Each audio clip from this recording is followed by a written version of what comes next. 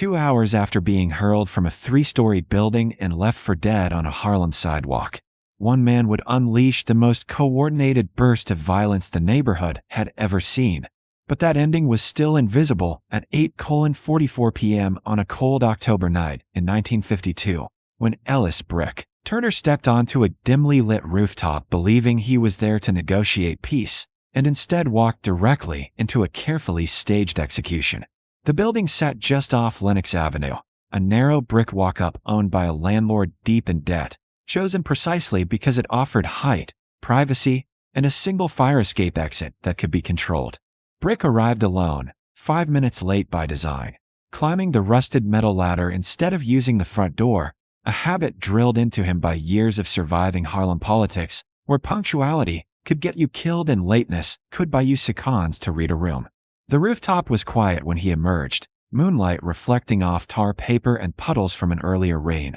But the quiet broke almost immediately as figures stepped forward from the shadows, 12 men forming a loose semicircle, all black, all armed not with guns but with bats, crowbars, and lengths of chain, tools meant for slow damage, not mercy.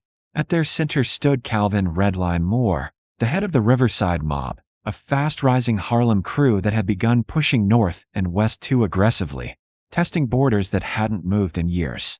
Brick understood the situation instantly. This wasn't a meeting, it was a sentence. The dispute had started 3 weeks earlier over a numbers runner working a gray zone between territories, a young man who paid Brick's percentage and kept his head down, until Riverside enforcers decided they wanted exclusivity and sent a message by breaking both of the runner's arms and leaving him bleeding behind a laundromat. Brick responded the old way, measured, proportional. 2 Riverside collectors hospitalized, faces swollen, arms shattered, a signal that the line still existed and was not to be crossed. In another era, that would have ended it. But Redline saw something else in Brick's restraint, something dangerous, an opportunity. Harlem leadership was aging, pressure from downtown gangs was increasing, and Redline believed that if Brick disappeared, the neighborhood would fracture long enough for outsiders, and himself, to take pieces. So he proposed peace, neutral ground, no guns, just talk, and Brick accepted because refusing would signal fear and bringing protection would signal distrust, both weaknesses in a world that survived on perception. Now, surrounded on a rooftop 4 stories above concrete, Brick listened as Redline spoke casually about respect, territory, and economics, explaining with almost academic calm why Harlem needed new leadership and why Brick was in the way. The words delivered slowly so the men holding weapons could enjoy the moment. Brick didn't interrupt.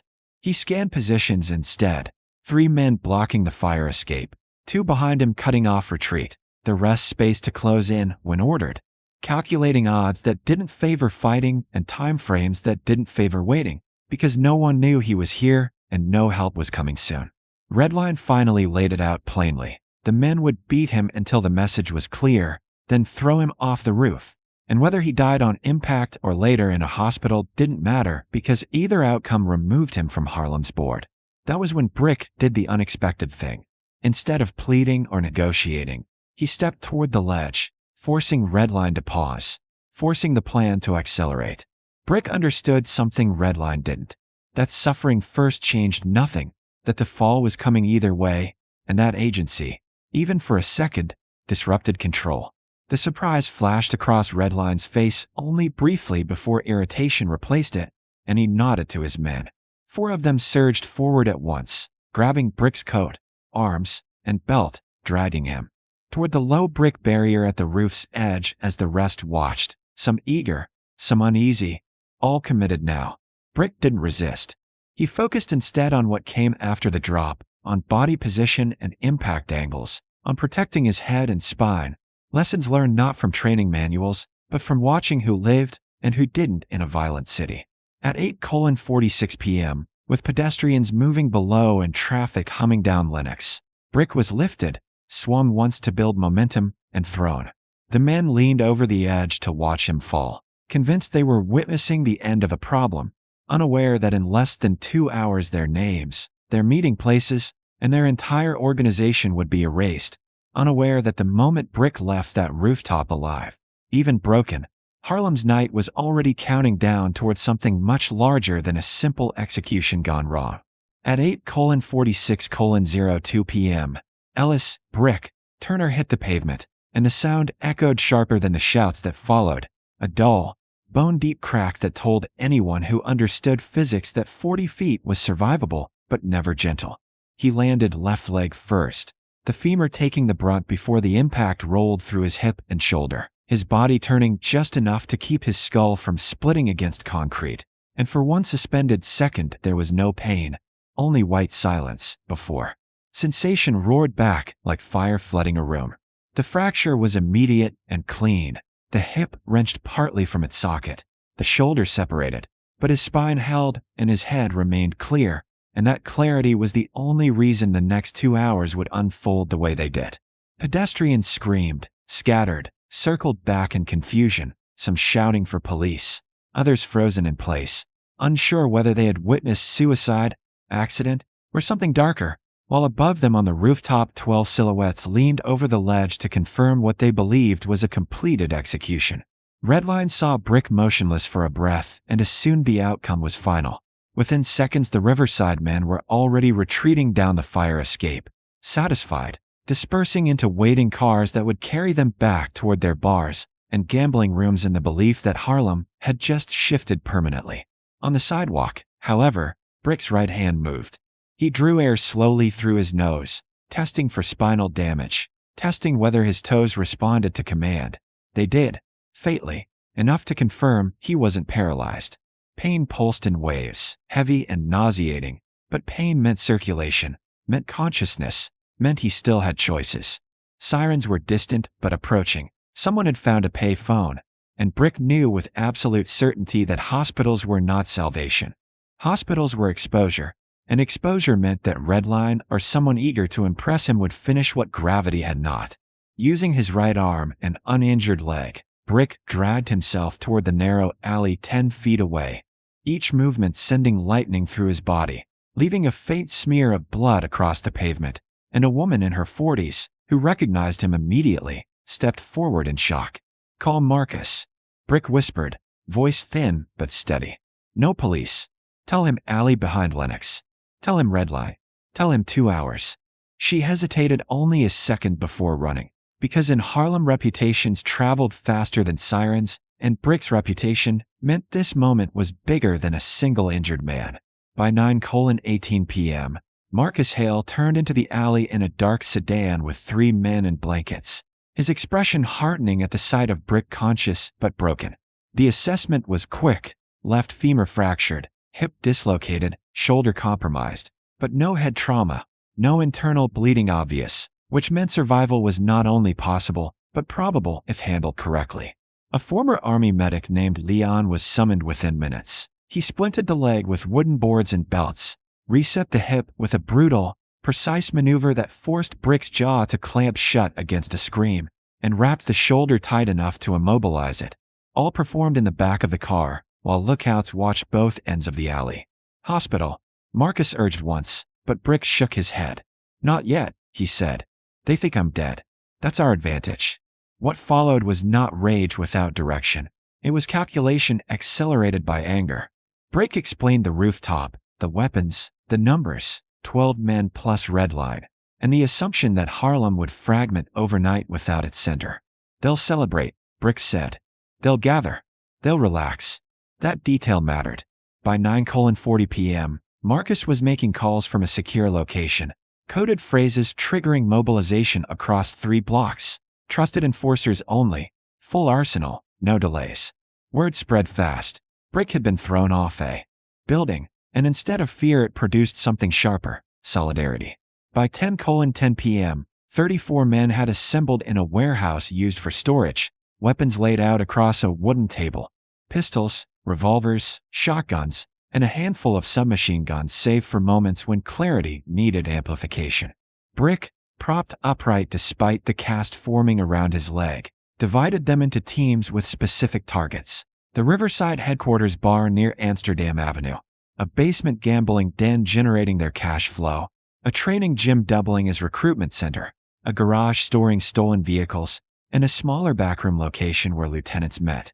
5 sites, 5 teams, simultaneous entry, overwhelm response capacity before police could triangulate the pattern. Timing would be everything. Watches synchronized to 10:45 p.m., a full 2 hours from the fall, enough time for Riverside confidence to peak and vigilance to drop. The plan was surgical, not chaotic. No civilians harmed if avoidable, no lingering, no speeches, just entry, confirmation, exit. Brick would not walk into those buildings. He didn't need to. Leadership did not require standing. It required direction. And from the passenger seat of Marcus's car, he would coordinate by radio, adjusting only if necessary. As the men loaded into vehicles and engines turned over, Brick closed his eyes briefly, not in weakness, but in focus, feeling the steady throb of bone against split, the reminder that gravity had nearly ended him, and that survival, without response, invited repetition. At 10:44 p.m., 5 teams sat in silence outside 5 Riverside locations, watching through windows as laughter and drinks confirmed what Brick predicted. They believed the night was theirs. 1 minute later, Harlem would hear something different. At 10:45 p.m., 5 watches clicked into alignment, and the night fractured all at once, not with chaos, but with precision, as doors were breached, windows shattered, and gunfire rolled through separate corners of Harlem like a single coordinated breath. At the Amsterdam Avenue bar, the Riverside Mob's unofficial headquarters, Redline Moore was mid-laugh when the front door came off its hinges and 3 men stepped through in practiced formation, the first burst cutting him down before the glass. And his hand hit the floor, the rest of the room erupting into panic that lasted less than a minute before silence replaced it. 3 blocks away, a basement gambling room became a sealed chamber of echoes as exits were blocked, and the tables that had counted Riverside money for months overturned under sustained fire, cards and cash scattering across blood-darkened tile. At the gym, Molotov bottles turned training equipment into flame traps, forcing men into the open where they were met without hesitation. While at the garage, power was cut seconds before entry, engines still warm when bullets ended the operation that had stripped identities from stolen cars. The smallest location, a back room behind a neighborhood bar, ended fastest of all. 10 men crowded around a table, discussions about territory and expansion unfinished, the door opening and closing in under 30 seconds, leaving only smoke and ringing ears behind. The entire sequence lasted just over 4 minutes, each team extracting before sirens converged, disappearing into traffic patterns that looked ordinary enough to anyone not counting bodies. From the back seat of Marcus's car, parked far enough away to remain invisible, but close enough to hear distant echoes, Ellis, Brick, Turner listened to radio confirmations one by one, each voice calm, each message the same, objective complete, no losses, moving out. Pain pulsed relentlessly through his leg and shoulder as adrenaline drained, but satisfaction settled heavier than the ache because the equation was now balanced. He had been removed from a rooftop and returned an entire organization to the ground. Police arrived minutes later to scenes they could not immediately connect. 5 emergencies competing for attention, dispatch overwhelmed, responders finding devastation without shooters, witnesses offering only fragments and fear. By the time the city understood it was dealing with a coordinated event, the men responsible were already gone, vehicles separated, weapons dismantled, routes folded back into Harlem's normal rhythm. Before midnight, Brick was moved to a secured apartment outside his usual territory, guarded in shifts by men who understood the importance of invisibility, and only then did he allow himself to close his eyes fully, not to sleep, but to release the tension that had held him upright since the fall. Morning newspapers would call it unprecedented, detectives would form task forces and chase shadows, and rumors would harden into legend in barbershops and back rooms. A man thrown from a building had survived long enough to end a war in a single night. Weeks later, as Brick learned to walk again with a cane and the Riverside Mob's name vanished from conversation, the message settled across Harlem without needing repetition. Territory could be challenged, money could be contested, but attempts at erasure invited something far worse. The rooftop had been meant to close a chapter. Instead, it became the opening line of a story people would tell for years, not as revenge, but as proof that survival without response was never really survival at all.